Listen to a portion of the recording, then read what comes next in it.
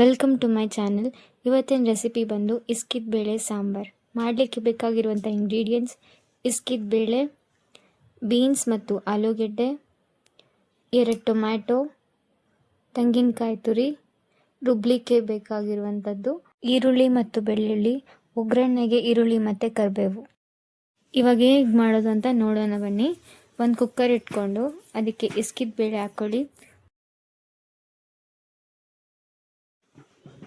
ಆನಂತರ 1 bowl tomato, ಹಾಗೆ ನಿಮಗೆ ಬೇಕಾಗಿರುವಂತಹ ತರಕಾರಿಗಳು. ನಾನಿಲ್ಲಿ ಆಲೂಗೆಡ್ಡೆ ಮತ್ತು ಬೀನ್ಸ್ನ ಹಾಕ್ಕೊತಾ ಇದ್ದೀನಿ. ತರಕಾರಿ ಮುಳುಗುವಷ್ಟು ನೀರು ಹಾಕ್ಕೊಳ್ಳಿ.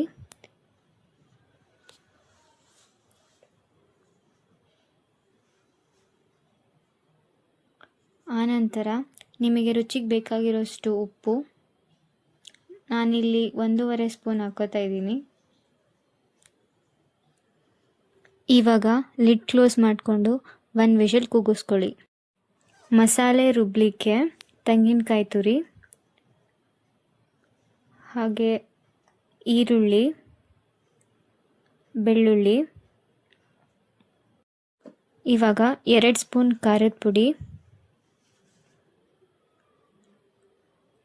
ಹಾಗೆ 2.5 ಸ್ಪೂನ್ನಷ್ಟು ಸಾಂಬಾರ್ ಪುಡಿ, ಮನೇಲೇ ಮಾಡಿರುವಂತಹ ಸಾಂಬಾರ್ ಪೌಡರ್.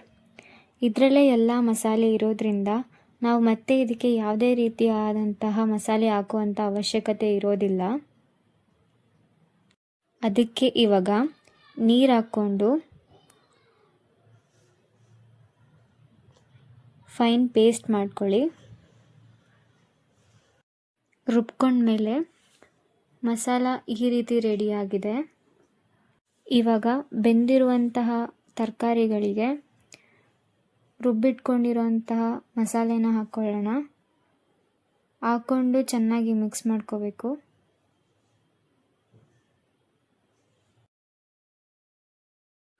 ಒಗ್ಗರಣೆಗೆ ಒಂದು ಸ್ವಲ್ಪ ಎಣ್ಣೆ ಹಾಕ್ಕೊಂಡು, ಎಣ್ಣೆ ಕಾದ ನಂತರ ಸಾಸಿವೆ, ಈರುಳ್ಳಿ ಮತ್ತು ಕರಿಬೇವನ್ನ ಹಾಕ್ಕೊಳ್ಳಿ. ಒಗ್ಗರಣೆ ಸ್ವಲ್ಪ ಮಾಗಿದ್ಮೇಲೆ ಒಗ್ಗರಣೆನ ಸಾಂಬಾರ್ಗೆ ಹಾಕ್ಕೊಂಡು ಚೆನ್ನಾಗಿ ಮಿಕ್ಸ್ ಮಾಡ್ಕೊಳ್ಳಿ.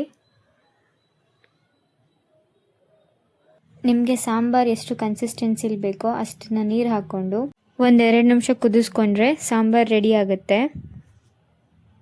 ಇವಾಗ ಸಾಂಬಾರು ಚೆನ್ನಾಗಿ ಕುದ್ದಿದೆ. ಇವಾಗ ಸಾಂಬಾರು ರೆಡಿಯಾಗಿದೆ. ಈ ಸಾಂಬಾರನ್ನ ಇಡ್ಲಿ, ದೋಸೆ, ಅನ್ನ, ಮುದ್ದೆ ಕೂಡ ಚೆನ್ನಾಗಿರುತ್ತೆ. ಈ ವಿಡಿಯೋ ನಿಮಗೆ ಇಷ್ಟವಾಗಿದ್ದಲ್ಲಿ like, share and subscribe. Please ನಮ್ಮ ಚಾನಲ್ಗೆ ಸಪೋರ್ಟ್ ಮಾಡಿ.